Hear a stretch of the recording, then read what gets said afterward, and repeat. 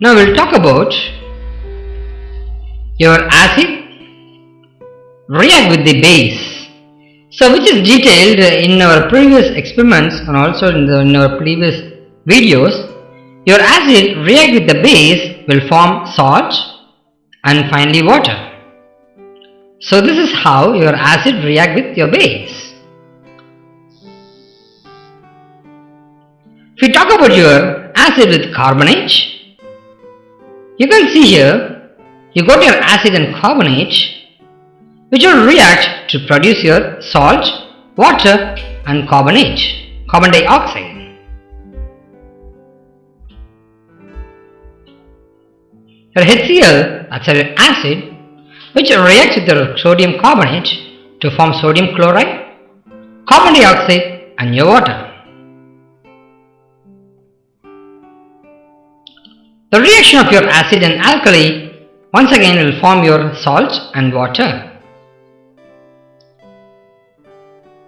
This method is really useful for making salts of reactive metals and ammonium salts.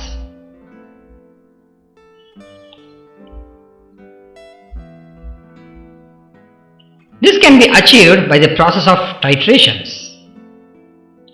This is always an exothermic reaction and it is called neutralization. 2. The chemical reaction between acid and alkali is referred to as neutralization, and the mixture of salt and water is neutral. So the value is 7. The pH value is 7. How we can make our insoluble salts? So insoluble salts, making insoluble salts involves mixing solutions of two soluble salts. Between them contain the ions that make up the insoluble salt. So use two soluble to make one insoluble. That's how it will be.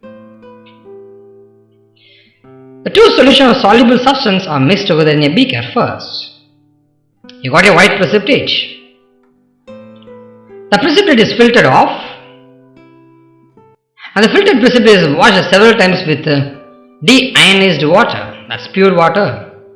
The insoluble salt is carefully scraped off the filter paper into your dish and dried in your oven. You got your insoluble salt.